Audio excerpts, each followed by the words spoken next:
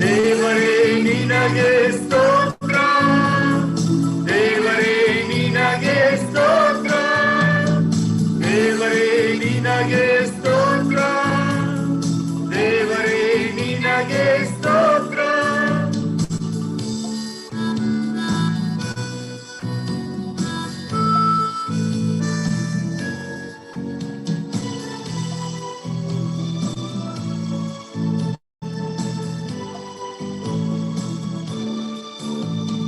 ಬೆಳಕಲಿ ನಿನ್ನ ಕಾಣುವೆ, ನಿತ್ಯ ಮಾರ್ಗದ ತ್ಯಜಿಸುವೆ.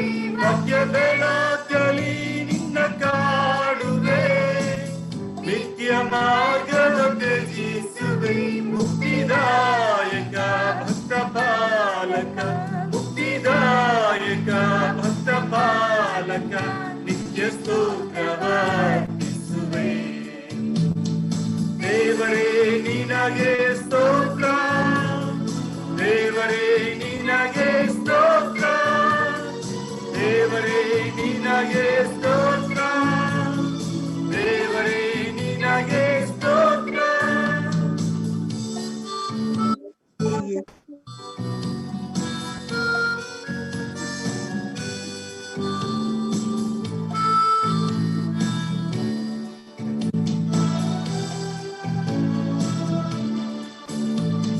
ನಿರೀಕ್ಷೆಗೆ ನಿತ್ಯ ಬಾಳ್ವೆಗೆ ದಾರಿ ತೋರಿಸು ಸಹಾಯಕ. ಸತ್ಯ ನಿರೀಕ್ಷೆಗೆ ನಿತ್ಯ ಬಾಳ್ವೆಗೆ ದಾರಿ ತೋರಿಸು ಸಹಾಯಕ. ಮುಕ್ತಿದಾಯಕ ಭಕ್ತ ಪಾಲಕ, ಮುಕ್ತಿದಾಯಕ ಭಕ್ತ ಪಾಲಕ, ನಿತ್ಯ ಸ್ತೋತ್ರವಾರ್ಪಿಸುವೆ. ದೇವರೇ ನಿನಗೆ ಸ್ತೋತ್ರ,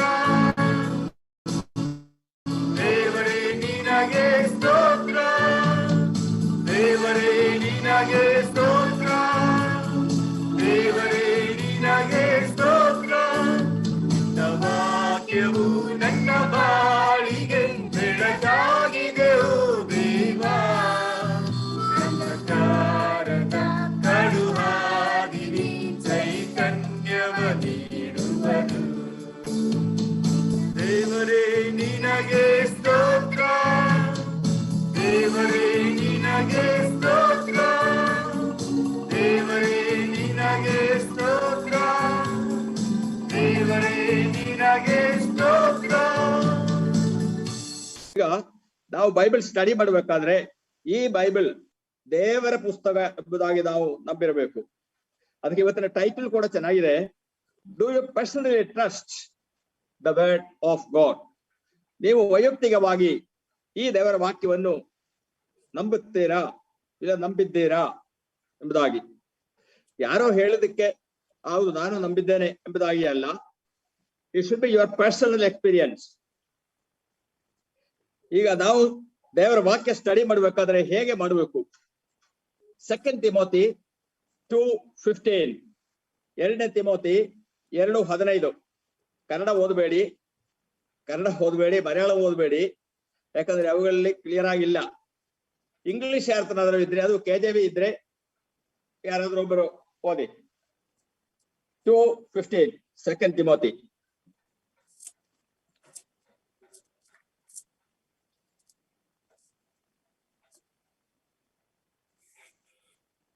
ನಾನೇ ಓದ್ತೇನೆ. Study rightly dividing the word of truth. ಅಷ್ಟೇ. ಮಧ್ಯದಲ್ಲಿ ಇರುವಂತದ್ದು ಯಾತಕ್ಕೋಸ್ಕರವಾಗಿ ನಾವು ದೇವರ ವಾಕ್ಯ ಓದಬೇಕು, ಸ್ಟಡಿ ಮಾಡಬೇಕು, ಧ್ಯಾನ ಮಾಡಬೇಕು ಎಂಬುದಾಗಿರುವಂತ ವಿವರಣೆ ಅಲ್ಲಿ ಹೇಳ್ತಾ ಇರೋದು. Study the word of god rightly dividing it. ಸರಿಯಾಗಿ ದೇವರ ವಾಕ್ಯ ಡಿವೈಡ್ ಮಾಡಿ ಓದಬೇಕು. ಇಲ್ಲವಾದ್ರೆ ಅರ್ಥವಾಗಲ್ಲ. ಕೆಲವು ಸಂದರ್ಭದಲ್ಲಿ ಅರ್ಥವಾಗಲ್ಲ. ಅದು ನಾವು ಆಮೇಲೆ ಡಿಸ್ಕಸ್ ಮಾಡೋಣ. ಯಾರಿಗೂ ಇಂಗ್ಲಿಷ್ ಅರ್ಥನೂ ಇಲ್ವಾ?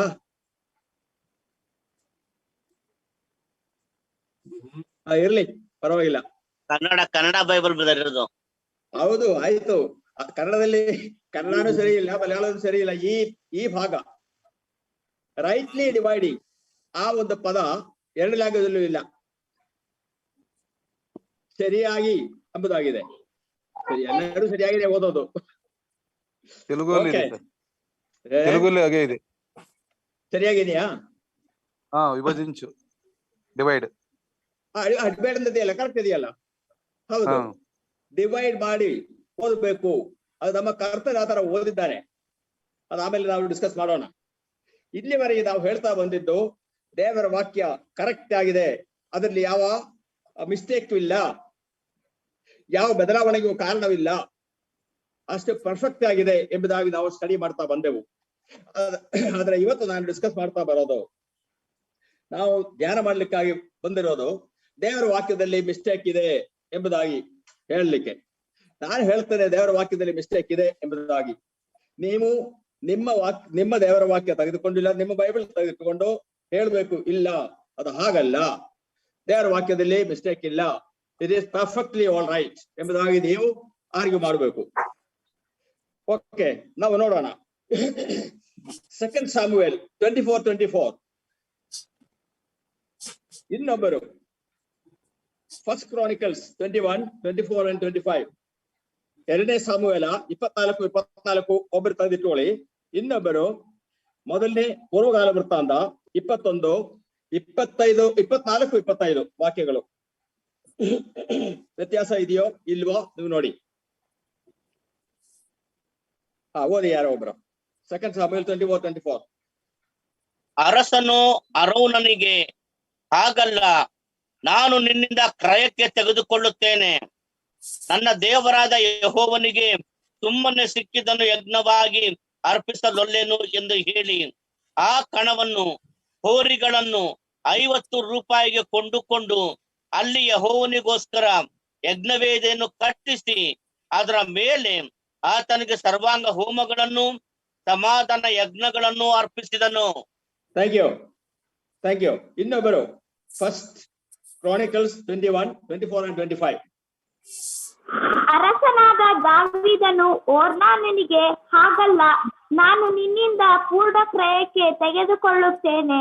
ನಿನ್ನದನ್ನು ಕ್ರಮವಿಲ್ಲದೆ ತೆಗೆದುಕೊಂಡು ಯೆಹೋವನಿಗೆ ಯಜ್ಞವಾಗಿ ಅರ್ಪಿಸಲೊಲ್ಲೆ ಎಂದು ಹೇಳಿ ಆ ಭೂಮಿಗೋಸ್ಕರ ಅವನಿಗೆ 600 ತೊಲೆ ಬಂಗಾರವನ್ನು ಕೊಟ್ಟು ಅಲ್ಲಿ ಯೆಹೋವನಿಗೋಸ್ಕರ ಯಜ್ಞವೇದಿಯನ್ನು ಕಟ್ಟಿಸಿ ಅದರ ಮೇಲೆ ಆತನಿಗೆ ಸರ್ವಾಂಗ ಹೋಮಗಳನ್ನು ಸಮಾಧಾನ ಯಜ್ಞಗಳನ್ನು ಅರ್ಪಿಸಿ ಯೆಹೋವನನ್ನು ಪ್ರಾರ್ಥಿಸಿದನು.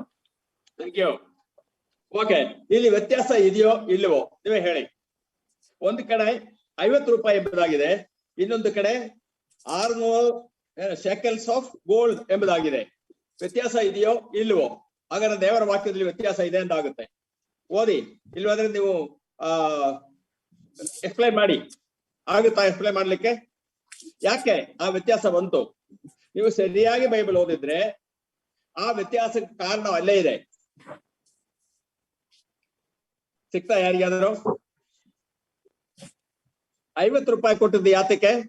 2 ಸಾಮುವೇಲ್ 24:24 ಯಾತಕ್ಕಾಗಿ 50 ರೂಪಾಯಿ ಕೊಟ್ಟಿದ್ದಾನೆ?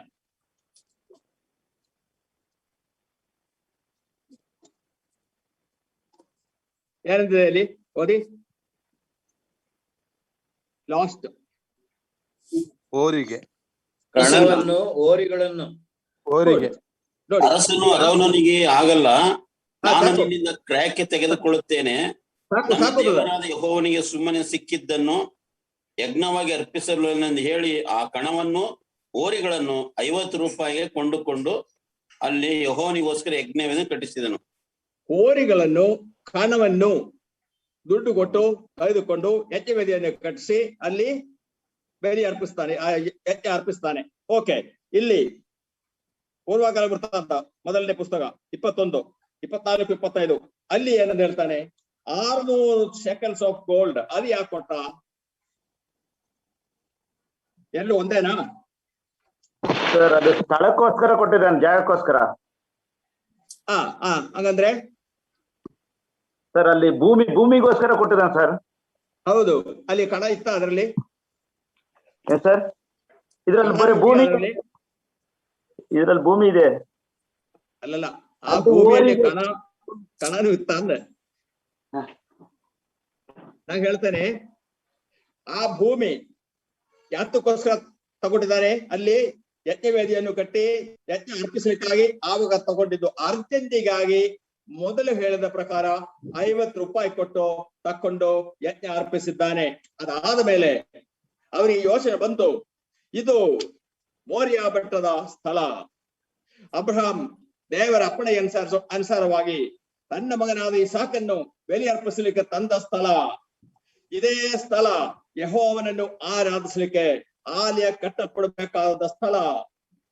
ಆದ್ರಿಂದ ಇವತ್ತು ಟೆಂಪಲ್ ಸೈಟ್ ಎಂಬುದಾಗಿ ನೀವು ಕೇಳಿಸ್ಕೊಂಡಿರ್ಬೇಕು. ಟೆಂಪಲ್ ಸೈಟ್ ಶಲೋಮೋನ್ ದೇವರಿಗಾಗಿ ಕಟ್ಟಿಸಿದ ಆ ದೇವಾಲಯ ಇದ್ದಂತ ಸೈಟ್. ಆ ಭೂಮಿ ಸುತ್ತಲೂ ಇದ್ದಂತ ಭೂಮಿ, ಆ ಭೂಮಿ ಅಷ್ಟು ತಕೊಂಡ್ಬಿಟ್ಟ. ಯಾತಕ್ಕೋಸ್ಕರವಾಗಿ in future there is a need to construct the temple of the living god.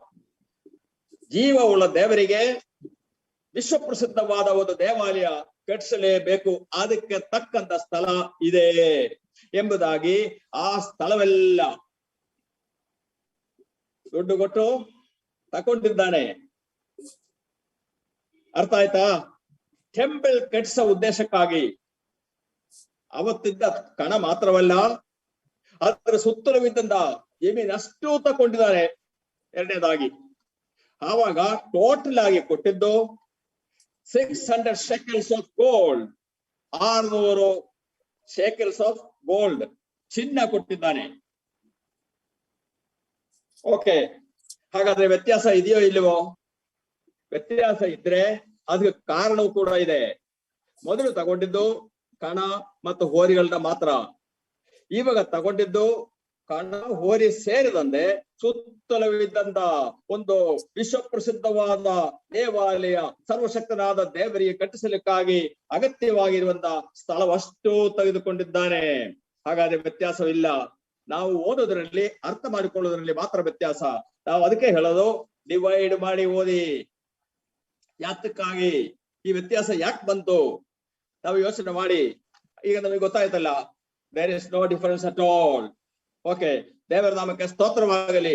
ದೇವರ ವಾಕ್ಯ, ಜೀವವುಳ್ಳ ದೇವರ ವಾಕ್ಯ, ಯಾವ ಮಿಸ್ಟೇಕಿಗೂ ಆಸ್ಪದವಿಲ್ಲ. ಓಕೆ, ನೆಕ್ಸ್ಟ್ 1, 2, 3 ಜನ ಓಪನ್ ಮಾಡಿ ಇಟ್ಕೊಳ್ಳಿ ಬೈಬಲ್. ನಾನು ಹೇಳ್ತಾನೆ, ಅರಣ್ಯಕಾಂಡ 25 ಅಧ್ಯಾಯ. ಇನ್ನೊಬ್ಬರು ರೆವಲೇಷನ್ 2ನೇ ಅಧ್ಯಾಯ ತೆಗೆದಿಟ್ಟುಕೊಳ್ಳಿ. ಇನ್ನೊಬ್ಬರು 1 Corinthians 10. 3 ಜನ. Numbers 25, Revelation 2, 1 Corinthians 10. ತೆಗೆದ್ರಾ? ಹಾಗಾದ್ರೆ ಒಂದೊಂದೇ ಓದಿ. Numbers 25 1ರಿಂದ 9 ತನಕ ಓದಿಕೊಳ್ಳಿ. ಅದು ನೋಟ್ ಮಾಡಿ ಇಟ್ಟುಕೊಳ್ಳಿ. 1ರಿಂದ 9. ಆದ್ರೆ ಈಗ ಓದಬೇಕಾದದ್ದು 1ರಿಂದ 3 ಮತ್ತು 5 ಮತ್ತು 9. ಒಬ್ಬರು ಓದಿ. ಶೆಕೆಮಿನಲ್ಲಿ ವಾಸವಾಗಿದ್ದಾಗ ಅವರು ಮೋವಾಬ್ ಸ್ತ್ರೀಯರೊಡನೆ ಸಹವಾಸ ಮಾಡುವರಾದರು. ಆ ಸ್ತ್ರೀಯರು ತಮ್ಮ ದೇವತೆಗಳಿಗೆ ಮಾಡಿದ ಔತಣದ ಯಜ್ಞಗಳಿಗೆ ಇಸ್ರಾಯೇಲರನ್ನು ಕರೆಸಲು ಇವರು ಆ ಭೋಜನವನ್ನು ಮಾಡಿ ಅವರ ದೇವತೆಗಳಿಗೆ ನಮಸ್ಕರಿಸುವರಾದರು. ಹೀಗೆ ಇಸ್ರಾಯೇಲರು ಪೆಗೋರದ ಬಾಳನ ಭಕ್ತರಾದ ಹಾಗಾಯಿತು. ಆದ್ದರಿಂದ ಅವರ ಮೇಲೆ ಯೆಹೋವನು ಕೋಪಗೊಂಡನು. ಆದ ಕಾರಣ ಮೋಶೆ ಇಸ್ರಾಯೇಲರ ನ್ಯಾಯಾಧಿಪತಿಗಳು, ನಿಮ್ಮಲ್ಲಿ ಪ್ರತಿಯೊಬ್ಬನು ಪೆಗೋರದ ಬಾಳನಿಗೆ ಸೇರಿಕೊಂಡ ತನ್ನ ವಶದಲ್ಲಿರುವವರಿಗೆ ಪ್ರಾಣ ಶಿಕ್ಷೆಯನ್ನು ನಡೆಸಬೇಕೆಂದು ಆಜ್ಞಾಪಿಸಿದನು. ಸಾಕು. ಓಕೆ, ಇದು ಯಾತಕ್ಕಾಗಿ ಅವರು ಮಾಡಿದ್ರು? ಅದಕ್ಕೆ ಮಾಡ್ಲಿಕ್ಕೆ ಕಾರಣವೇನೋ? ಅದರ ಹಿಂದೆ ಯಾರ ಅಡ್ವೈಸ್ ಇತ್ತು? ರೆವಲೇಷನ್ 2:14, 2:14. ಆದರೂ ಕೆಲವು ವಿಷಯಗಳಲ್ಲಿ ನಿನ್ನ ಮೇಲೆ ತಪ್ಪು ಹೊರಿಸಬೇಕಾಗುತ್ತದೆ. ವಿಗ್ರಹಕ್ಕೆ ನೈವೇದ್ಯ ಮಾಡಿದ ಪದಾರ್ಥಗಳನ್ನು ತಿನ್ನುವುದರಲ್ಲಿಯೂ ಜಾರತ್ವ ಮಾಡುವುದರಲ್ಲಿಯೂ ಇಸ್ರಾಯೇಲ್ಯರು ಮುಗ್ಗರಿಸಿ ಬೀಳಬೇಕೆಂದು ಬಿಳಾಮನು ಬಾಲಕನಿಗೆ ಹೇಳಿದ ದುರ್ಬೋಧನೆಯನ್ನು ಅವಲಂಬಿಸಿರುವವರು ನಿನ್ನಲ್ಲಿದ್ದಾರೆ. ಸಾಕು ಸಾಕು ಸಾಕು ಸಾಕು ಸಾಕು. ಹಾಗಾದ್ರೆ ಬಾಲಾಮನು ಒಂದು ಉಪದೇಶ ಮಾಡಿಕೊಟ್ಟಿದ್ದ, ಇಸ್ರಾಯೇಲ್ಯರು ಇಂದಿದ್ದ ಪಾಪಗಳು ಮಾಡಿದ್ರೆ ದೇವರ ಕೋಪ ಅವರ ಮೇಲೆ ಬರುತ್ತೆ. ನಾನು ಅವರನ್ನು ಶಪಿಸಲಿಕ್ಕೆ ಹೋದ್ರೆ ಶಪಿಸಲಿಕ್ಕೆ ಸಾಧ್ಯವಿಲ್ಲ. ಯಾಕಂದ್ರೆ ಅವರು ಯೆಹೋವ ದೇವರಿಂದ ಆಶೀರ್ವದಿಸಲ್ಪಟ್ಟಂತ ಜನ. ಅವರನ್ನು ಶಪಿಸಲಿಕ್ಕೆ ನನ್ನಿಂದ ಸಾಧ್ಯವಿಲ್ಲ. ಅವರಾಗಿ ಪಾಪ ಮಾಡಿದ್ರೆ ಅವರ ಮೇಲೆ ಅವರ ದೇವರ ಕೋಪ ಬರುತ್ತೆ, ಶಾಪ ಬರುತ್ತೆ. ಹಾಗಾದ್ರೆ ಎರಡು ದೊಡ್ಡ ಪಾಪ ಮಾಡುವಂದೆ ಬಾಲಾಮನು ಅವರಿಗೆ ಉಪದೇಶ ಮಾಡಿದ. ಯಾವುದು ಎರಡು ದೊಡ್ಡ ಪಾಪ? ಒಂದು ವಿಗ್ರಹಾರಾಧನೆ ಮಾಡಿ ಅದರ ನೈವೇದ್ಯವನ್ನು ತಿನ್ನೋದು ಒಂದು. ಎರಡನೇದು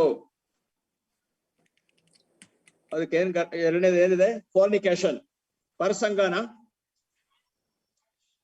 ಜಾರತ್ವ. ಕರೆಕ್ಟ್, ಜಾರತ್ವ. ಒಂದು ವಿಗ್ರಹಾರಾಧನೆ, ಇನ್ನೊಂದು ಜಾರತ್ವ. ನಮ್ಮ ದೇವರಿಗೆ ಇಷ್ಟವಿಲ್ಲ ಇದು.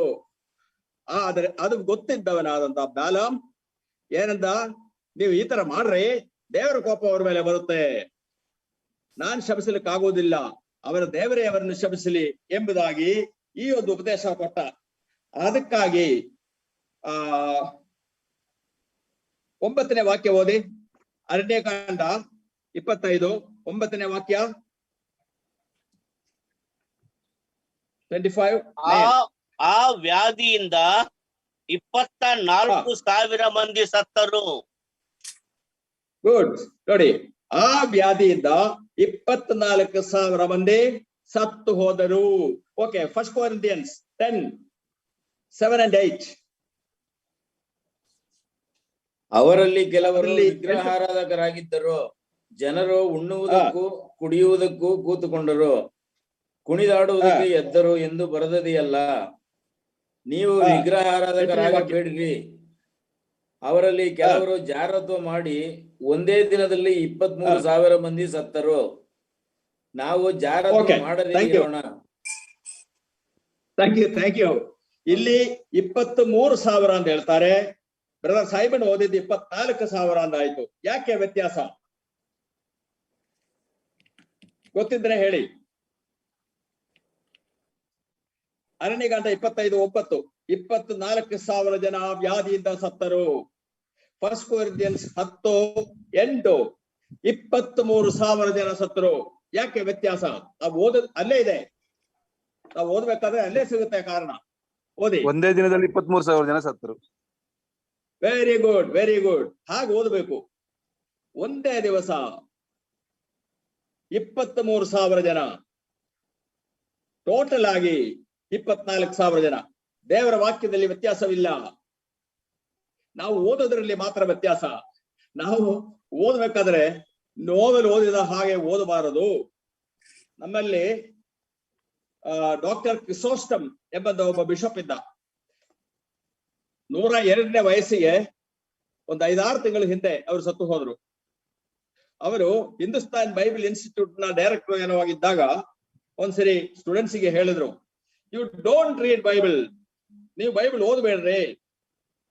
ಓದ್ಬೇಕಾದ್ರೆ ನ್ಯೂಸ್ ಪೇಪರ್ ತಗೊಂಡು ಓದಿ, ಯಾವ್ದೋ ಕಥೆ ಪುಸ್ತಕಗಳು ಓದಿ, ಬೈಬಲ್ ಮಾತ್ರ ಓದಕ್ ಹೋಗ್ಬೇಡಿ. ಮತ್ತೆ ಏನ್ ಮಾಡ್ಬೇಕು?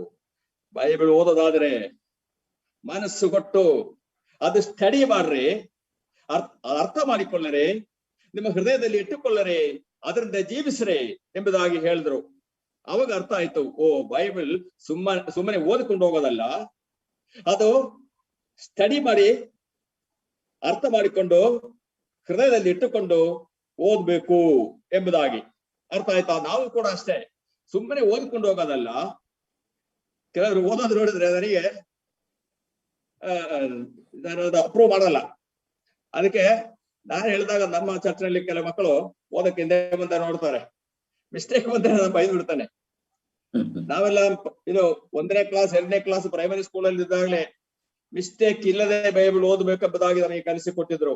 ಆ ಕಾಲದಲ್ಲಿ ಒಂದು ಮಿಸ್ಟೇಕ್ ಇಲ್ಲದೆ ನಾವೆಲ್ಲ ಓದ್ತಾ ಇದ್ದೀವಿ. ನಾನು ಮಾತ್ರವಲ್ಲ, ನನ್ನ ಪ್ರಾಯದ ಎಲ್ಲರೂ ಅಷ್ಟೇ, ಒಂದು ಮಿಸ್ಟೇಕ್ ಇರಬಾರದು. ಅದು ಮನೆಯಲ್ಲಾದ್ರೂ ಅಷ್ಟೇ, ಚರ್ಚ್ ಅಲ್ಲಾದ್ರೂ ಅಷ್ಟೇ, ಮಿಸ್ಟೇಕ್ ಇಲ್ಲದೆ ಓದ್ಬೇಕಿತ್ತು. ಈಗಲೂ ಅಷ್ಟೇ ಮಿಸ್ಟೇಕ್ ಇಲ್ಲದೆ ನಾವು ಓದ್ಬೇಕು. ಆದ್ರೆ ನನಗೆ ಆಗಲ್ಲ, ಯಾಕಂದ್ರೆ ಈಗ ಆ ಒಂದು ಆಕ್ಯುರಸಿ ಇಲ್ಲ, ಓದೋದ್ರಲ್ಲಿ ಮಿಸ್ಟೇಕ್ ಬರುತ್ತೆ, ಇಲ್ಲ ಆ ಸ್ಪೀಡ್ ಸಿಕ್ಕೋದಿಲ್ಲ, ಏನೋ ಪ್ರಾಬ್ಲಮ್ ಇರುತ್ತೆ. ಓಕೆ, ನಾವು ಬೈಬಲ್ ಓದ್ಬೇಕಾದ್ರೆ ಅರ್ಥ ಮಾಡಿಕೊಂಡು ಓದ್ಬೇಕು. ನೋಡಿ, ಒಂದೇ ದಿವಸ 23,000 ಜನ, ಟೋಟಲ್ ಆಗಿ 2 ದಿವಸನೋ 3 ದಿವಸನೋ ಟೋಟಲ್ ಆಗಿ 24,000 ಜನ. ಹಾಗಾದ್ರೆ ದೇವರ ವಾಕ್ಯ ತಪ್ಪಿದೆಯೋ ಇಲ್ವೋ? ತಪ್ಪಿಲ್ಲ, ಕರೆಕ್ಟ್ ಆಗಿರುತ್ತೆ. ನಾವು ಓದ್ಬೇಕಾದ್ರೆ dividing the word of truth, we must go ahead reading. Okay, ಇನ್ನು 2 ಸಾಮುವೇಲ್ 24:1. 2 ಸಾಮುವೇಲ್ 24:1. ಇನ್ನೊಬ್ಬರು 1 ಕ್ರಾನಿಕಲ್ಸ್ 21:1. ತೆಗೆದಿಟ್ಟುಕೊಳ್ಳಿ, ಒಬ್ಬರು ಓದಿ 24:1. ಯೆಹೋವನು ತಿರುಗಿ ಇಸ್ರಾಯೇಲ್ಯರ ಮೇಲೆ ಕೋಪಗೊಂಡು ದಾವೀದನನ್ನು ಯಹೂದ್ಯರ ಕುಲಗಳವರ ಕಾನೇಶುಮಾರಿ ಮಾಡುವುದಕ್ಕೆ ಪ್ರೇರೇಪಿಸಿದನು. ಸಾಕು ಸಾಕು, ಅಲ್ಲಿ ಅರ್ಥ ಆಯ್ತಲ್ಲ? ನಾ ಇನ್ನು ಕೇಳ್ತಾನೆ, ಕ್ವಶನ್ ಕೇಳ್ತಾನೆ, ಇಲ್ಲಾಂದ್ರೆ ಇನ್ನೊಂದ್ಸರಿ ನೋಡಿ ಇಟ್ಕೊಳ್ಳಿ. ಇನ್ನೊಬ್ಬರು 1 ಕ್ರಾನಿಕಲ್ಸ್ 21:1.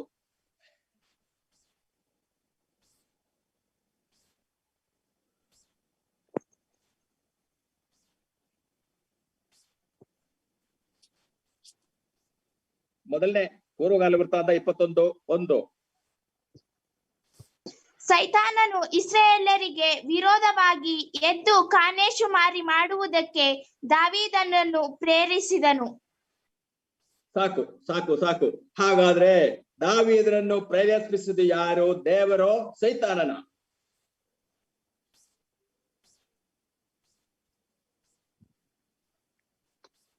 ಯಾರಿಗೂ ಸಿಕ್ಕಿಲ್ವಾ? 2 ಸಾಮುವೇಲ್ 24:1 ಅಲ್ಲಿ ಏನರ್ಥ ಆಗುತ್ತೆ?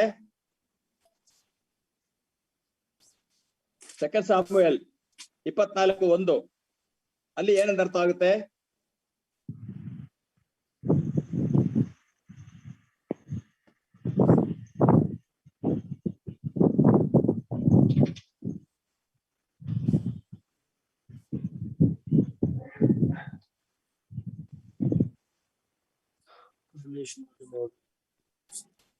ದೇವರು ಕೋಪಿಸು. ಅಲ್ಲಿ ಹೋದಾಗ ದೇವರೇನೋ ಪ್ರಯತ್ನ ಕೊಟ್ಟಿದ್ದಾನೆ ಎಂಬುದಾಗಿ ಒಂದು ಒಂದು ಒಂದು ಧ್ವನಿ ಕಾಣ್ತಾ ಇದೆ ಅಲ್ಲಿ. ಆದರೆ ನಿಜವಾಗಲೂ ಯಾರು ದಾವೀದನಿಗೆ ಪ್ರೇರೇಪಣೆ ಕೊಟ್ಟಿದ್ದು ತಪ್ಪು ಮಾಡ್ಲಿಕ್ಕೆ? ಸೈತಾನ. ಅದು ಗೊತ್ತಾಗ್ಬೇಕಾದ್ರೆ 1 ಕ್ರಾನಿಕಲ್ಸ್ ಮೊದಲನೇ ಪೂರ್ವಕಾಲ ವೃತ್ತಾಂತ 21ನೇ ಅಧ್ಯಾಯಕ್ಕೆ ನಾವು ಬರಬೇಕು. ಹಾಗಾದ್ರೆ 2 ಟ್ಯಾಲಿ ಮಾಡಿ ನೋಡಿದಾಗ ಮಾಡಿದ ಕೃತ್ಯ ಒಂದೇ, ಆದ್ರೆ ಪ್ರೇರಣೆ ಕೊಟ್ಟಿದ್ದು ಒಂದು ಕಡೆ ಸ್ಪಷ್ಟವಾಗಿದೆ ಸೈತಾನ ಎಂಬುದಾಗಿ, ಇನ್ನೊಂದು ಕಡೆ ಸ್ಪಷ್ಟವಾಗಿ ಕೊಟ್ಟಿಲ್ಲ. ದೇವರ ಕೋಪ ಅವರ ಮೇಲೆ, ದಾವೀದನ ಮೇಲೆ ಬಂತು ಎಂಬುದಾಗಿದೆ. ಇಸ್ರಾಯೇಲ್ಯರ ಮೇಲೆ ಬಂತು ಕೋಪ. ಆ ಕೋಪದ ಕಾರಣ ಅಲ್ಲಿ ಇಸ್ರಾಯೇಲ್ಯರ ಸೆನ್ಸಸ್ ಮಾಡ್ಲಿಕ್ಕೆ ದಾವೀದ ಆರ್ಡರ್ ಮಾಡಿದ್ದ. ಸೆನ್ಸಸ್ ಮಾಡಿದ್ದು ದೇವರ ಸನ್ನಿಧಿಯಲ್ಲಿ, ದೇವರ ಮುಂದೆ ತಪ್ಪಾಗಿ ಕಂಡಿತ್ತು, ಅದು ಪಾಪವಾಗಿತ್ತು. ಯಾಕಂದ್ರೆ ನಮ್ಮ ದೇವರು ಹೇಳಿದ್ದಾನೆ, ನಿನ್ನ ಸಂತತಿಯನ್ನು ಅಬ್ರಹಾಮಿ ಹೇಳಿದ್ದು ಆಕಾಶದ ನಕ್ಷತ್ರಗಳ ಹಾಗೆ, ಆಮೇಲೆ ಸಮುದ್ರ ತೀರದ ಮರಳಿನ ಹಾಗೆ ಹೆಚ್ಚಿಸುವೆನು, ಅದನ್ನು ಎಣಿಸಕ್ಕೆ ಸಾಧ್ಯವಿಲ್ಲ.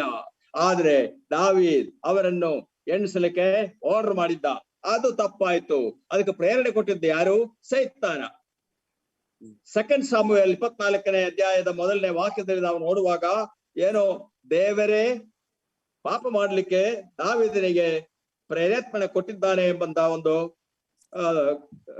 ಐಡಿಯಾ ಅಲ್ಲಿ ಸಿಗುತ್ತೆ.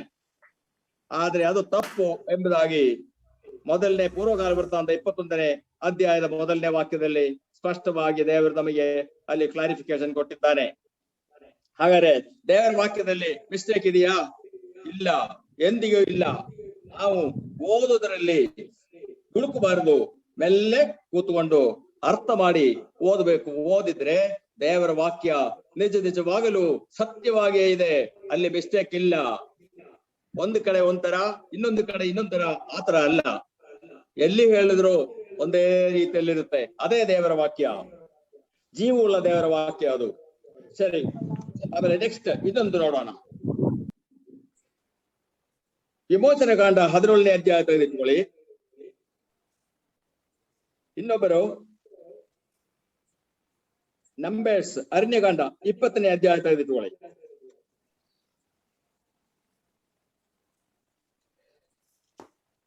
ವಿಮೋಚನೆ ಕಾಂಡ 17ನೇ ಅಧ್ಯಾಯ 3ರಿಂದ 7 ಅದು ನೋಟ್ ಮಾಡಿ ಇಟ್ಕೊಳ್ಳಿ. ಈಗ ನಮಗೆ ಓದಬೇಕಾದದ್ದು 6ನೇ ವಾಕ್ಯ ಮಾತ್ರ ಸಾಕು. 3ರಿಂದ 7 ಮನೆಯಲ್ಲಿ ಓದಿ ಸ್ಟಡಿ ಮಾಡಿ ಸರಿಯಾಗಿ ತಿಳ್ಕೊಳ್ಳಿ. ಈಗ 6ನೇ ವಾಕ್ಯ ಓದಿ, 17:6. ಅಲ್ಲಿ ಹೋರೇಬಿನಲ್ಲಿರುವ ಬಂಡೆಯ ಮೇಲೆ ನಾನೇ ನಿನಗೆ ಎದುರಾಗಿ ನಿಲ್ಲುವೆನು. ನೀನು ಆ ಬಂಡೆಯನ್ನು ಹೊಡೆದಾಗ ಅದರಿಂದ ನೀರು ಹೊರಡುವುದು, ಜನರು ಕುಡಿಯುವರು. ಸಾಕು. ಅಲ್ಲಿ ಏನ್ ಮಾಡ್ಬೇಕಂತ ಹೇಳಿದಾನಿದ್ದಿದೆ, ಹೊಡಿಬೇಕೆಂಬುದಾಗಿದೆ.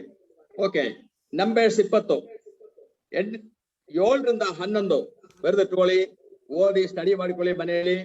ಈಗ 8ನೇ ವಾಕ್ಯ ಮಾತ್ರ ಓದಿ, 28.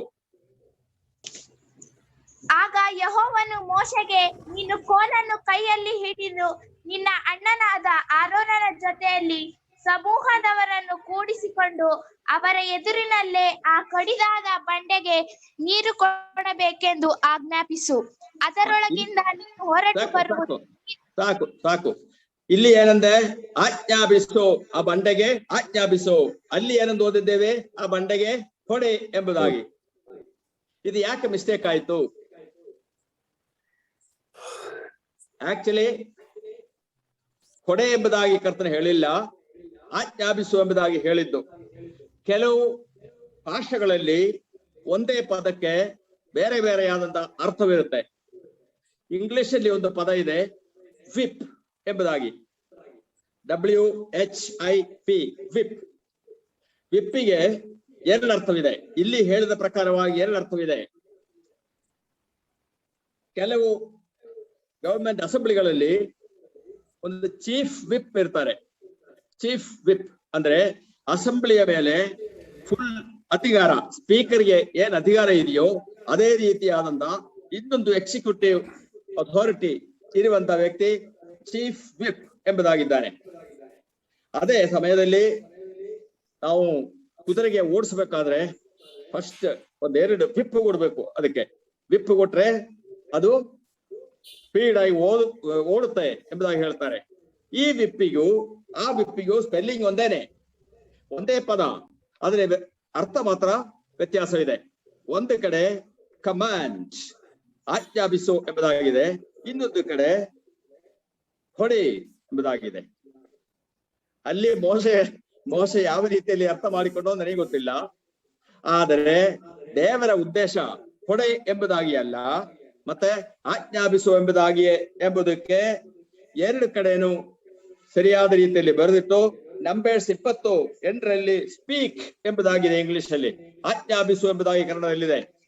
ಹಾಗಾದ್ರೆ ಹೊಡೆ ಎಂಬುದಾಗಿ ಅಲ್ಲ, ಆಜ್ಞಾಪಿಸು ಎಂಬುದಾಗಿ ಅದರ ಅರ್ಥ, ದೇವರು ಕೊಟ್ಟಂತ ಅರ್ಥ. ಹಾಗಾದ್ರೆ ದೇವರ ವಾಕ್ಯದಲ್ಲಿ ವ್ಯತ್ಯಾಸ ಇದೆಯಾ?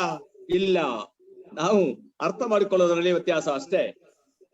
ಸರಿ, ಇನ್ನೊಂದು ಓದೋಣ.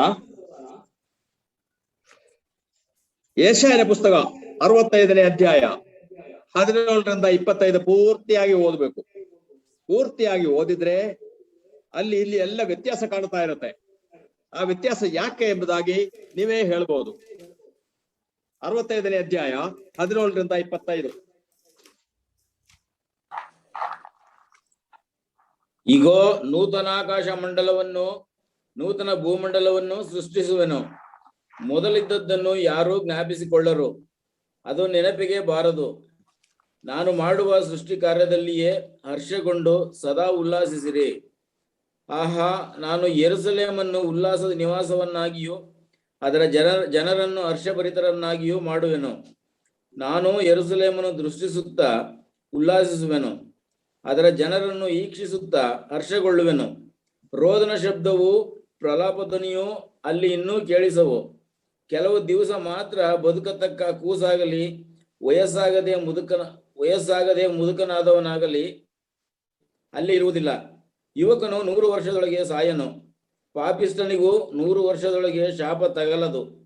ಅಲ್ಲಿನ ಜನರು ತಾವು ಕಟ್ಟಿದ ಮನೆಗಳಲ್ಲಿ ತಾವೇ ವಾಸಿಸುವರು, ತಾವು ಮಾಡಿದ ತೋಟಗಳ ಫಲವನ್ನು ತಾವೇ ಅನುಭವಿಸುವರು. ಒಬ್ಬನು ಕಟ್ಟಿದ ಮನೆಯಲ್ಲಿ ಬೇರೊಬ್ಬನು ವಾಸಿಸನು, ಒಬ್ಬನು ಮಾಡಿದ ತೋಟದ ಫಲವು ಇನ್ನೊಬ್ಬನಿಗೆ ವಶವಾಗದು. ನನ್ನ ಜನರ ಆಯಸ್ಸು ವೃಕ್ಷದ ಆಯಸ್ಸಿನಂತಿರುವುದು. ನನ್ನ ಆಪ್ತರು ತಮ್ಮ ಕೈಕೆಲಸದ ಆದಾಯವನ್ನು ಪೂರಾ ಅನುಭವಿಸುವರು. ಅವರು ವ್ಯರ್ಥವಾಗಿ ದುಡಿಯರು, ಅವರಿಗೆ ಹುಟ್ಟುವ ಮಕ್ಕಳು ಘೋರ ವ್ಯಾಧಿಗೆ ಗುರಿಯಾಗರು. ಅವರು ಯೆಹೋವನ ಆಶೀರ್ವಾದವನ್ನು ಹೊಂದಿದವರ ಸಂತಾನವಷ್ಟೇ, ಅವರ ಸಂತತಿಯವರು ಅವರೊಂದಿಗೆ ಬಹುದಿನವಿರುವರು. ಆಗ ಅವರು ಬೇಡುವುದರೊಳಗೆ ಸದುತ್ತರವನ್ನು ದಯಪಾಲಿಸುವೆನು, ಅವರು ಹೇಳುತ್ತಿರುವಾಗಲೇ ಕೇಳುವೆನು. ತೋಳವು ಕುರಿಯ ಸಂಗಡ ಮೇಯುವುದು, ಸಿಂಹವು ಎತ್ತಿನಂತೆ ಹುಲ್ಲು ತಿನ್ನುವುದು, ಹಾವಿಗೆ ಧೂಳೆ ಆಹಾರವಾಗುವುದು. ನನ್ನ ಪರಿಶುದ್ಧ ಪರ್ವತದಲ್ಲೆಲ್ಲ ಯಾರೂ ಕೇಡು ಮಾಡುವುದಿಲ್ಲ, ಯಾರೂ ಹಾಳು ಮಾಡುವುದಿಲ್ಲ ಎಂದು ಯೆಹೋವನು ಅನ್ನುತ್ತಾನೆ ಎಂಬುದು. ದೇವರ ನಾಮಕ್ಕೆ ಸ್ತೋತ್ರವಾಗಲಿ. ಓದಿದವರಿಗೂ ಕೇಳಿದವರಿಗೂ ಅರ್ಥವಾಗಿದೆ ಎಂಬುದಾಗಿ ನಾನು ನೆನೆಸ್ತೇನೆ. ಯಾವ ವಿಷಯ? 11ನೇ ವಾಕ್ಯದಲ್ಲಿ ಮೊದಲನೇದಾಗಿ ಓದಿದ್ದು, Behold, I create new heavens and a new earth. ಹೊಸ ಆಕಾಶಗಳನ್ನು, ಹೊಸ ಭೂಮಿಯನ್ನು ಸೃಷ್ಟಿಸುವೆನು ಎಂಬುದಾಗಿ ಹೇಳಿ, ಹೊಸ ಆಕಾಶ ಹೊಸ ಭೂಮಿಯಲ್ಲಿ ಏನ್ ನಡೆಯುತ್ತೆ ಎಂಬುದಾಗಿ ವಿವರಣೆ ಮಾಡ್ತಾ 19ನೇ ವಾಕ್ಯ ಕರೆಕ್ಟ್ ಆಗಿ ಬಂದು 20ನೇ ವಾಕ್ಯದಿಂದ ಏನಿದೆ, 20ನೇ ವಾಕ್ಯ ಓದಿ ಇನ್ನೊಬ್ಬರು. 20ನೇ ವಾಕ್ಯ.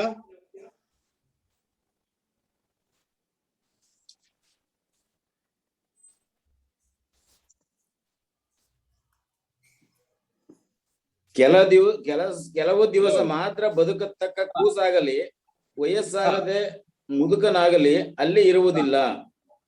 ಯುವಕನು 100 ವರ್ಷದೊಳಗೆ ಸಾಯನು, ಪಾಪಿಷ್ಠನಿಗೂ 100 ವರ್ಷದೊಳಗೆ ಶಾಪ ತಗಲದು. ಗೊತ್ತಾಯ್ತಾ?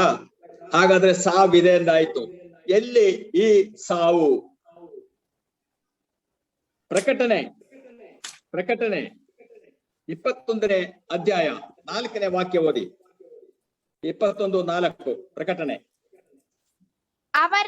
ಅವರು ಕಣ್ಣೀರೆಲ್ಲ ಒರೆಸಿ ಬಿಡುವನು, ಇನ್ನು ಮರಣವಿರುವುದಿಲ್ಲ, ಇನ್ನು ದುಃಖವಾಗಲಿ ಗೋಳಾಟವಾಗಲಿ ಕಷ್ಟವಾಗಲಿ ಇರುವುದಿಲ್ಲ, ಮೊದಲಿದ್ದದ್ದೆಲ್ಲ ಇಲ್ಲದೆ ಹೋಯಿತು ಎಂದು ಹೇಳಿತು.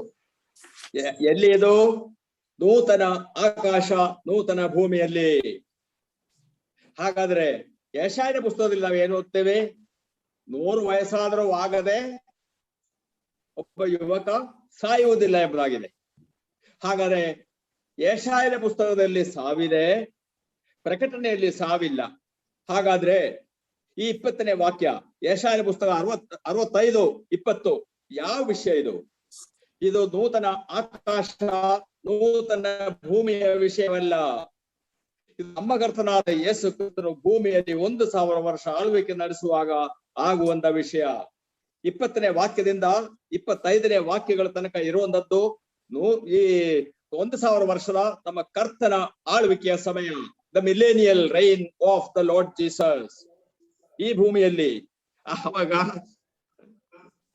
ಆವಾಗ ಮರಣವಿದೆ, ಅಪರೂಪ. 100 ವಯಸ್ಸಾದರೂ ಆಗದೆ ಸಾಯುವುದಿಲ್ಲ.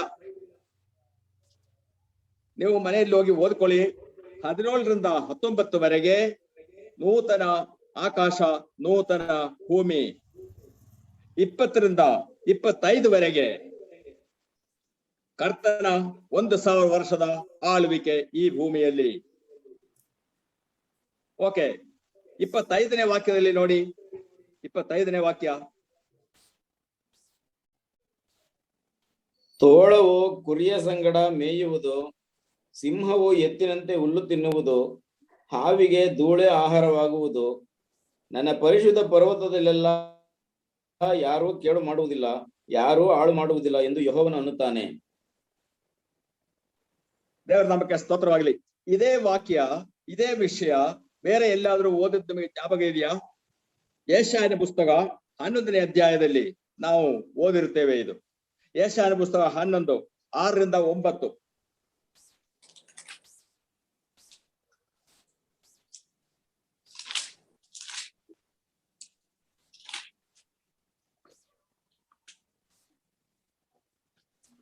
ತೋಳವು ಕುರಿಯ ಸಂಗಡ ವಾಸಿಸುವುದು, ಚಿರತೆಯು ಮೇಕೆ ಮರಿಯೊಂದಿಗೆ ಮಲಗುವುದು, ಕರುವು ಪ್ರಾಯದ ಸಿಂಹವು ಪುಷ್ಟ ಪಶುವು ಒಟ್ಟಿಗಿರುವವು, ಇವುಗಳನ್ನು ಚಿಕ್ಕ ಮಗುವು ನಡೆಸುವುದು. ಹಸುವು ಕರಡಿಯ ಸಂಗಡ ಮೇಯುವವು, ಅವುಗಳ ಮರಿಗಳು ಜೊತೆಯಾಗಿ ಮಲಗುವವು. ಸಾಕು ಸಾಕು ಬ್ರದರ್. ಹೌದು. 6ರಿಂದ 9 ಓದಿಕೊಳ್ಳಿ. ಇದು 1000 ವರ್ಷದ ಆಳ್ವಿಕೆಯ ಸಮಯದಲ್ಲಿ ಭೂಮಿಯಲ್ಲಿ ಆಗುವಂತ ವಿಷಯ. ಹಾಗಾದ್ರೆ ನಾವು ದೇವರ ವಾಕ್ಯ ಸ್ಟಡಿ ಮಾಡ್ಬೇಕಾದ್ರೆ we must divide the word of truth and study. Divide ಮಾಡಿ ಸ್ಟಡಿ ಮಾಡ್ಬೇಕು. ಇಲ್ಲಿ ನಾವು ಡಿವೈಡ್ ಮಾಡ್ತಾ ಇದ್ದೇವೆ. 17ರಿಂದ 19 ನೂತನ ಆಕಾಶ ನೂತನ ಭೂಮಿ. 20ರಿಂದ 25 ಅದು ಯೇಸು ಕ್ರಿಸ್ತನ ಆಳ್ವಿಕೆಯ ಸಮಯ. ಇದೇ ಭೂಮಿಯೇ, ಸ್ವಲ್ಪ ಆಲ್ಟ್ರೇಷನ್ ಆಗಿರುತ್ತೆ. ಅದೇ ನೂತನ ಭೂಮಿ ಅಲ್ಲ, ಇದೇ ಭೂಮಿಯನ್ನೇ. ಓಕೆ, ಹಾಗಾದ್ರೆ ನಾವು ದೇವರ ವಾಕ್ಯ ಹೇಗೆ ಓದ್ಬೇಕೆಂಬುದಾಗಿ ಕರ್ತನು ನಮಗೆ ತಿಳಿಸಿಕೊಟ್ಟಿದ್ದಾನೆ. ನಾವು ವಿಂಗಡಿಸಿ ಅನಲೈಸ್ ಮಾಡಿ ಓದ್ಬೇಕು, ಅರ್ಥ ಮಾಡಿಕೊಳ್ಬೇಕು. ಅವಾಗ ಯಾವ ಮಿಸ್ಟೇಕು ಕಾಣುವುದಿಲ್ಲ. ಇಲ್ಲವಾದ್ರೆ ನಾವು ಓದೋದು ಮಿಸ್ಟೇಕ್ ಆಗಿರುತ್ತೆ. ದೇವರ ವಾಕ್ಯದಲ್ಲಿ ಮಿಸ್ಟೇಕ್ ಇರುವುದಿಲ್ಲ. ದೇವರ ನಾಮಕ್ಕೆ ಸ್ತೋತ್ರವಾಗಲಿ. ಇನ್ನು ಒಂದೆರಡು ವಿಷಯ ನೋಡ್ಕೊಳ್ಳೋಣ ಟೈಮ್ ಇದ್ರೆ. ಓಕೆ, ಜೆನೆಸಿಸ್ 22, ಆದಿಕಾಂಡ 22 1ರಿಂದ 18 ನೋಟ್ ಮಾಡ್ಕೊಳ್ಳಿ. ಎಲ್ಲವೇ ಓದೋದು ಬೇಡ. 1ರಿಂದ 18 ನೋಟ್ ಮಾಡ್ಕೊಳ್ಳಿ. ಈಗ ಓದ್ಬೇಕಾದ್ದು 1ರಿಂದ 3 ಒಬ್ಬರು ಓದಿ, ಇನ್ನೊಬ್ಬರು 11, 12 ಓದಿ, ಇನ್ನೊಬ್ಬರು ನಾನು ಆಮೇಲೆ ಹೇಳ್ತೇನೆ. 1ರಿಂದ 3 ಆದಿಕಾಂಡ. ಈ ಸಂಗತಿಗಳು ಆದ ಮೇಲೆ ದೇವರು ಅಬ್ರಾಮನನ್ನು ಪರಿಶೋಧಿಸಿದನು. ಹೇಗೆಂದರೆ ಆತನು ಅವನನ್ನು ಅಬ್ರಾಮನೇ ಎಂದು ಕರೆಯಲು ಅವನು ಇಗೋ ಇದ್ದೇನೆ ಅಂದನು. ಆಗಲಾತನು, ನಿನಗೆ ಪ್ರಿಯನಾಗಿರುವ ಒಬ್ಬನೇ ಮಗನಾದ ಇಸಾಕನನ್ನು ತೆಗೆದುಕೊಂಡು ಮೋರಿಯಾ ದೇಶಕ್ಕೆ ಹೋಗಿ ಅಲ್ಲಿ ಅವನನ್ನು ನಾನು ಹೇಳುವ ಒಂದು ಬೆಟ್ಟದ ಮೇಲೆ ಸರ್ವಾಂಗ ಹೋಮವಾಗಿ ಅರ್ಪಿಸಬೇಕು ಅಂದನು. ವಾಕ್ಯ ಆಯ್ತಲ್ಲ. ಇಲ್ಲಿ ಯೆಹೋವ ದೇವರು ಆಜ್ಞಾಪಿಸಿದ್ದೇನೋ ಅಬ್ರಹಾಮನಿಗೆ, ನಿನ್ನ ಒಬ್ಬನೇ ಒಬ್ಬ ಮಗನಾದ ಇಸಾಕನ್ನು ಕರೆದುಕೊಂಡು ಹೋಗಿ ಮೋರಿಯಾ ಬೆಟ್ಟದಲ್ಲಿ ಅವನನ್ನು ನನಗೆ ಯಜ್ಞವಾಗಿ ಅರ್ಪಿಸು. ಓಕೆ, ಆಮೇಲೆ ಅಬ್ರಹಾಮ ಹೋಗ್ತಾನೆ. ಮುಂದಿನ ವಾಕ್ಯದಲ್ಲಿ ಓದಿದಾಗ 1ರಿಂದ 18 ಓದಿದಾಗ ಗೊತ್ತಾಗುತ್ತೆ. ಮುಂದೆ ಅಬ್ರಹಾಂ ರೆಡಿಯಾಗಿ ಹೋಗ್ತಾ ಇದ್ದಾನೆ ಮೋರಿಯಾ ಬೆಟ್ಟಕ್ಕೆ, ಇಸಾಕನ್ನು ಕರೆದುಕೊಂಡು, ತನ್ನ ಸೇವಕರನ್ನು ಕರೆದುಕೊಂಡು. ಓಕೆ, 11, 12 ಓದಿ ಇನ್ನೊಬ್ಬರು. ಅವನು ಕೈಚಾಚಿ ಕತ್ತಿಯನ್ನು ಹಿಡಿದುಕೊಳ್ಳಲು ಯೆಹೋವನ ದೂತನು ಆಕಾಶದೊಳಗಿಂದ ಅಬ್ರಾಮನೇ ಅಬ್ರಾಮನೇ ಎಂದು ಅವನನ್ನು ಕರೆದನು. ಅದಕ್ಕೆ ಅಬ್ರಾಮನು ಇಗೋ ಇದ್ದೇನೆ ಅಂದನು. ಆ ದೂತನು ಅವನಿಗೆ, ನಿನ್ನ ಹುಡುಗನ ಮೇಲೆ ಕೈ ಹಾಕಬೇಡ, ಅವನಿಗೆ ಏನೂ ಮಾಡಬೇಡ.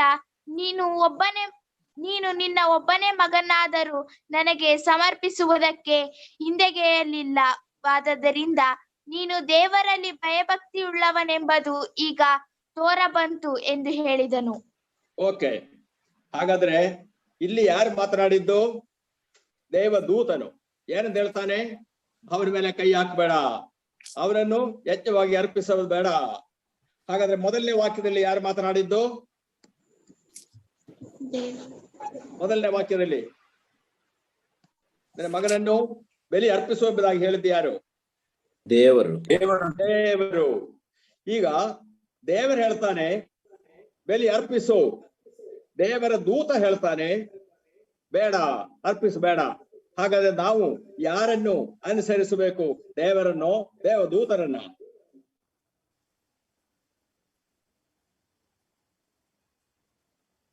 ಅಬ್ರಹಾಂ ಬಲಿ ಅರ್ಪಿಸಿಲ್ಲ ಮಗನನ್ನು. ಯಾಕೆ? ಹಾಗಾದ್ರೆ ದೇವರಿಗಿಂತ ದೊಡ್ಡವನ ದೇವದೂತನು ಅಲ್ಲ. ಈ ದೇವದೂತನು ಬೇರೆ ಯಾರು ಅಲ್ಲ, ಯೆಹೋವ ದೇವರಾದ ನಮ್ಮ ಕರ್ತನಾದ ಯೇಸು ಕ್ರಿಸ್ತನೇ. ಆತನ ಮಾತಿನಿಂದ ಗೊತ್ತಾಗುತ್ತೆ ಅದು. ಯಾರಿಗೂ ಅನುಮಾನ ಬೇಡ. ಓದಿಕೊಳ್ಳಿ, ಮನೆಯಲ್ಲಿ ಹೋಗಿ ಮೆಲ್ಲೆ ಓದಿಕೊಳ್ಳಿ. 1ರಿಂದ 18 ಯಾವ ಯಾವ ರೀತಿಯಲ್ಲಿ ಕಾನ್ವರ್ಸೇಷನ್ ನಡೀತಾ ಇರುತ್ತೆ, ಮಾತುಕತೆ ನಡೀತಾ ಇರುತ್ತೆ ಎಂಬುದಾಗಿ. ಆಮೇಲೆ 15ರಿಂದ 18 ಕೂಡ ಓದಿ ನೋಡಿ ವಾಕ್ಯ. 15ರಿಂದ 18ನೇ ವಾಕ್ಯ. ಮತ್ತು ದೇವ ದೂತನೇ ಮಾತನಾಡ್ತಿದ್ದಾನೆ, ಏನಂತೆ? ಯೆಹೋವನ ದೂತನು ಆಕಾಶದೊಳಗಿಂದ 2ನೇ ಸಾರಿ ಅಬ್ರಾಮನನ್ನು ಕರೆದು ಹಾ. ಅವನಿಗೆ, ಯೆಹೋವನು ನುಡಿದದ್ದನ್ನು ಕೇಳು. ನೀನು ನಿನ್ನ ಒಬ್ಬನೇ ಮಗನನ್ನು ಸಮರ್ಪಿಸುವುದಕ್ಕೆ ಹಿಂದೆಗೆಯದೆ ಹೋದದ್ದರಿಂದ ನಾನು ನಿನ್ನನ್ನು ಆಶೀರ್ವದಿಸುವೆನು. ನಿನ್ನ ಸಂತತಿಯನ್ನು ಹೆಚ್ಚಿಸುವೆನು. ಅದನ್ನು ಆಕಾಶದ ನಕ್ಷತ್ರಗಳಂತೆಯೂ ಸಮುದ್ರ ತೀರದಲ್ಲಿರುವ ಉಸುಬಿನಂತೆಯೂ ಅಸಂಖ್ಯವಾಗಿ ಮಾಡುವೆನು. ಅವರು ಶತ್ರುಗಳ ಪಟ್ಟಣಗಳನ್ನು ಸ್ವಾಧೀನ ಮಾಡಿಕೊಳ್ಳುವರು. ನೀನು ನನ್ನ ಮಾತನ್ನು ಕೇಳಿದ್ದರಿಂದ ಭೂಮಿಯ ಎಲ್ಲಾ ಜನಾಂಗಗಳಿಗೂ ನಿನ್ನ ಸಂತತಿಯ ಮೂಲಕ ಆಶೀರ್ವಾದ ಉಂಟಾಗುವುದು ಎಂಬುದಾಗಿ ಯೆಹೋವನು ತನ್ನಾಣೆ ಇಟ್ಟು ಹೇಳಿದ್ದಾನೆ ಅಂದನು.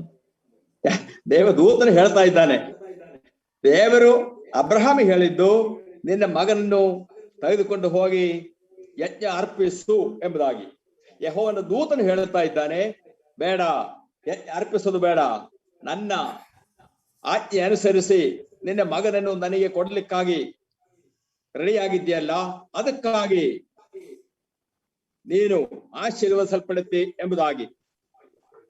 ಹಾಗಾದ್ರೆ ಈ ಯೆಹೋವನ ದೂತನು ಯಾರು? ಯೆಹೋವನ ಯಾರು? ಯೆಹೋವನಾಗಿರುವಂತ ನಮ್ಮ ಕರ್ತನಾದ ಯೇಸು ಕ್ರಿಸ್ತನು ತಾನೇ ದೂತನಾಗಿ ಅಲ್ಲಿ ಬಂದಿದ್ದು. ಆಜ್ಞಾಪಿಸಿದ್ದು ಯೆಹೋವನೇ, ಆ ಯೆಹೋವನ ದೂತನಾಗಿ ಬಂದಿದ್ದು ಯೆಹೋವನೇ, ನಮ್ಮ ಕರ್ತನಾದ ಯೇಸು ಕ್ರಿಸ್ತನೇ.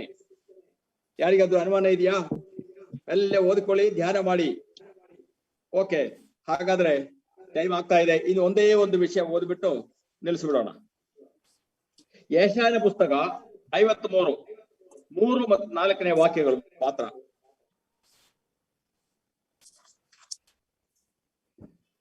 ಯೆಶಾಯ 53 3 ಮತ್ತು 4ನೇ ವಾಕ್ಯ. ಅವನು ಧಿಕ್ಕರಿಸಲ್ಪಟ್ಟವನು, ಮನುಷ್ಯರು ಸೇರಿಸಿಕೊಳ್ಳದವನು, ಸಂಕಷ್ಟಕ್ಕೊಳಗಾದವನು, ವ್ಯಾಧಿ ಪೀಡಿತನು, ಜನರು ಮುಖವನ್ನು ಓರೆ ಮಾಡಿಕೊಳ್ಳುವ ಧಿಕ್ಕಾರಕ್ಕೆ ಒಳಗಾದವನು ಆಗಿದ್ದನು. ನಾವು ಅವನನ್ನು ಲಕ್ಷ್ಯಕ್ಕೆ ತರಲಿಲ್ಲ. ನಿಜವಾಗಿಯೂ ನಮ್ಮ ಸಂಕಷ್ಟಗಳನ್ನು ಅನುಭವಿಸಿದನು. ಅವನು ಹೊತ್ತ ಹೊರೆಯು ನಮ್ಮ ಸಂಕಟವೇ ಹೌದು. ನಾವಾದರೂ ಅವನು ದೇವರಿಂದ ಬಾಧಿತನು, ಪೆಟ್ಟು ತಿಂದವನು, ಕುಗ್ಗಿಸಲ್ಪಟ್ಟವನು ಎಂದು ಭಾವಿಸಿಕೊಂಡೆವು. ಸಾಕು. ಹಾಗಾದ್ರೆ ಅಲ್ಲಿ ಒಂದು ಪದ ಇದೆ.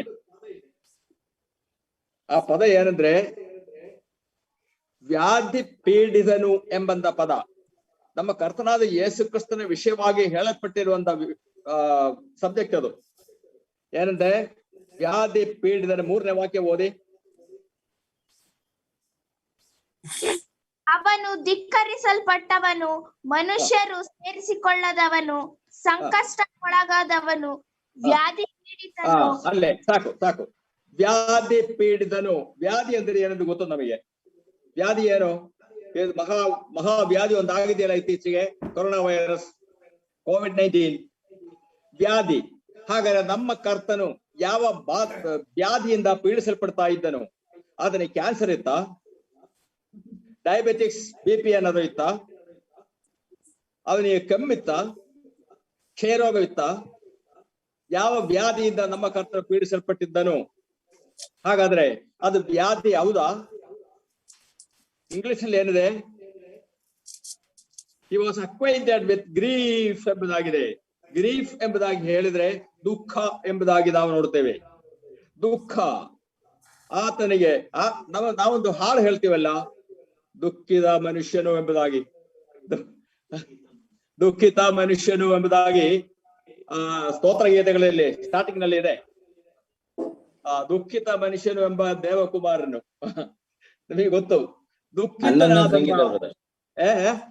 11ನೇ ಸಂಗೀತ. ಓಕೆ ಓಕೆ ಓಕೆ, ಒಳ್ಳೇದು. ಹಾಗಾದ್ರೆ ನಮ್ಮ ಕರ್ತನು ವ್ಯಾಧಿ ಪೀಡಿತನಲ್ಲ. ನಮ್ಮ ಕರ್ತನಿಗೆ ಯಾವ ವ್ಯಾಧಿಯೂ ಇರಲಿಲ್ಲ. ಹಾಗಾದ್ರೆ ಈ ಟ್ರಾನ್ಸ್ಲೇಷನ್ ನೀವು ನೋಡ್ಕೊಳ್ಳಿ. ಕನ್ನಡ ಟ್ರಾನ್ಸ್ಲೇಷನ್ ಸರಿ ಇಲ್ಲವಾದ್ರೆ ತಿದ್ದಲಿಕ್ಕೆ ಅರೇಂಜ್ ಮಾಡಿಕೊಳ್ಳಿ. ವ್ಯಾಧಿ ಇಲ್ಲ ನಮ್ಮ ಕರ್ತನಿಗೆ. ಎಂದಿಗೂ ವ್ಯಾಧಿ ಪೀಡಿತನಲ್ಲ ಕರ್ತನು. ಯಾಕಂದ್ರೆ ವ್ಯಾಧಿ ಎಲ್ಲಿಂದ ಬಂತು? ಪಾಪದ ನಿಮಿತ್ತವಾಗಿ ಬಂತು. ಪಾಪದಿಂದ ಅನೇಕ ರೀತಿಯಾದಂತಹ ತೊಂದರೆಗಳು ಮನುಷ್ಯನಿಗೆ ಉಂಟಾಯಿತು. ಆ ತೊಂದರೆಗಳಲ್ಲಿ ಒಂದು ರೋಗ. ನಮ್ಮ ಕರ್ತನು ಪಾಪ ಇಲ್ಲದವನು, ಪಾಪ ಮಾಡದವನು, ಪಾಪ ಅರಿಯದವನು. ಅವನಿಗೆ ಎಲ್ಲಿಂದ ಬಂದು ಈ ವ್ಯಾಧಿ? ವ್ಯಾಧಿ ಅಲ್ಲ, ಅದು ನೀವು ಕರೆಕ್ಷನ್ ಮಾಡಿಕೊಳ್ಳಿ. ಇನ್ನು ವ್ಯಾಧಿಯ ವಿಷಯವಾಗಿ ಹೇಳುವಾಗ ಮತ್ತಾಯನ ಸುವಾರ್ತೆ 8ನೇ ಅಧ್ಯಾಯ 16, 17 ಯಾರೋ ಒಬ್ರು ಓದಿ. ಮತ್ತಾಯನ ಸುವಾರ್ತೆ 8, 16, 17. ನಮ್ಮ ಕರ್ತನ ಈ ಲೋಕದಲ್ಲಿದ್ದಾಗ ಅನೇಕ ರೋಗಿಗಳಿಗೆ ಸೌಖ್ಯ ಕೊಟ್ಟನು. ಅವರ ರೋಗಗಳನ್ನು ಆತನೇ ಹೊತ್ತುಕೊಂಡನು ಅಂದಿದೆ. ಹೊತ್ತುಕೊಂಡನು ಎಂಬುದಾಗಿ ಹೇಳಿದ್ರೆ ಅನಾರೋಗ್ಯದಲ್ಲಿ ಇದ್ದವರಿಗೆ ಅವನು ಸಹಾಯ ಮಾಡಕ್ಕೆ ರೆಡಿಯಾಗಿದ್ದನು. ಅನೇಕರನ್ನು ಸೌಖ್ಯಪಡಿಸಿದನು. 16, 17 8ನೇ ಅಧ್ಯಾಯ. ಸಂಜೆಯಾಗಲು ದೆವ್ವ ದೆವ್ವ ಹಿಡಿದ ಹಿಡಿದ ಬಹಳ ಜನರನ್ನು ಆ. ಆತನ ಬಳಿಗೆ ಕರೆತಂದರು.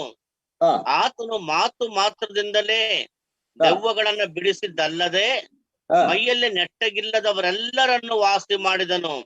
ಆ. ಇದರಿಂದ ನಮ್ಮ ಆ. ಬೇನೆಗಳನ್ನು ತಾನೇ ತೆಗೆದುಕೊಂಡು ಆ. ನಮ್ಮ ರೋಗಗಳನ್ನ ಹೊತ್ತುಕೊಂಡನು ಎಂದು ಯೆಶಾಯನೆಂಬ ಪ್ರವಾದಿಯಿಂದ ಹೇಳಿಸಿರುವ ಮಾತು ನೆರವೇರಿತು.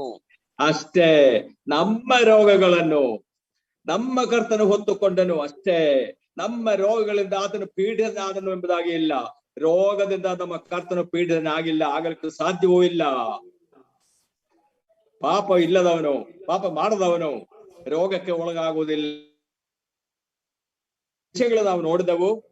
ದೇವರ ವಾಕ್ಯದಲ್ಲಿ ಮಿಸ್ಟೇಕ್ ಇಲ್ಲ, ತಪ್ಪಿಲ್ಲ, ಸುಳ್ಳಿಲ್ಲ.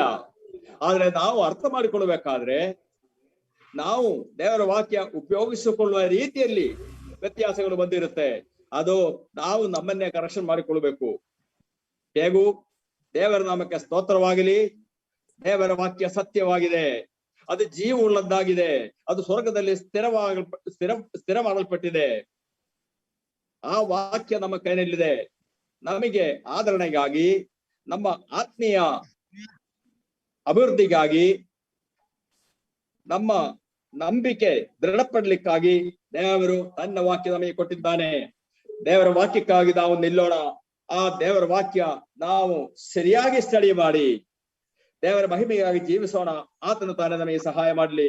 ನಿಮಗೆಲ್ಲರಿಗೂ ಮತ್ತೊಮ್ಮೆ ನನ್ನ ವಂದನೆ. ದೇವರ ನಾಮಕ್ಕೆ ಮಹಿಮೆಯಾಗಲಿ. ಆಮೆನ್.